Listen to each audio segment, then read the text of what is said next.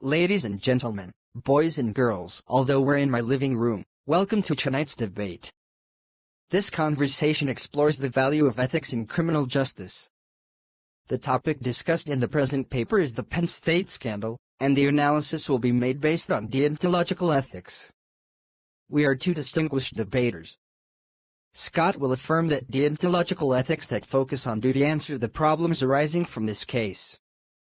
At the same time, Samir will provide a counter-argument, which will better handle the situation. Let's get started. In other words, let's cut to the chase. In the case of Penn State, the article also points out that, in certain circumstances, loyalty is an evil that does not allow people to report the atrocities. Kant's deontological ethics insist that moral obligations, including protecting justice, must be met at all costs. Banks, 2017. In this case, the responsibility to report criminal acts, like child molestation, takes precedence over loyalty to an organization or person.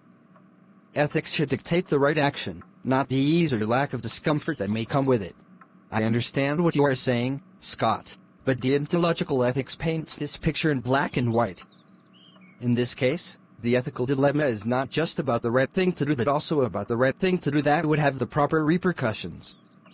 While there is a legal requirement to report the crime, where is the responsibility of leaders to protect their employees and keep the institution stable? In the case of Penn State, were the officials self-interested, or were they attempting to deal with a system of power and domination that could have detrimental consequences for all the parties? Ethics is not just a matter of obligations and their consequences. It is a matter of duties and effects. I disagree, Samir. Under such circumstances, it becomes the person's duty to do what is right. When focusing on the outcomes, we forget the central ethical imperative, safeguarding the most vulnerable.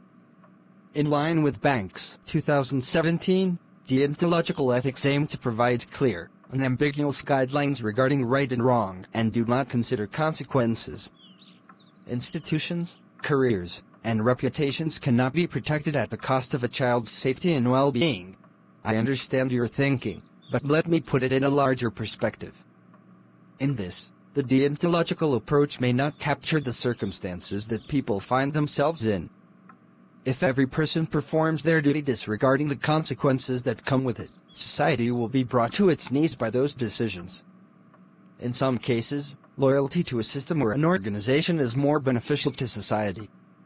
In this case, the failure to act was indeed a tragedy, but we need to ask, did the authorities feel cornered by the outcomes of whistleblowing? The only way that can be considered ethical is to embrace both extremes. I understand your argument about balance, but what is the price? When we use the consequences to guide our ethical decisions, we are, in effect, stating that some humans are undeserving of rights or justice due to repercussions. Banks, 2017, writes that using the trolley problem undermines ethical principles. As mentioned earlier, deontology requires we treat people as mere means to an end. The consequences of ethical negligence, as depicted in this case, cannot be measured or undone. But what if we consider the entire picture, the whole history of a company, or even the history of a particular industry? A strict deontological approach would say that the crime should be reported, erasing how people, including officials, might understand their more significant responsibility. Banks, 2017. We cannot say all ethical behavior is confined to a given rule. Sometimes, there is room for relativism in interpreting moral obligations about specific events, including the example of the Penn State tragedy. Thank you, Samir. I think we both have brought excellent arguments into this discussion. The advocates of duty and consequences have solid arguments regarding the function of ethical decision-making. This debate has brought out the conflict between deontological and other ethical systems in practice, especially in real-life situations such as the Penn State event.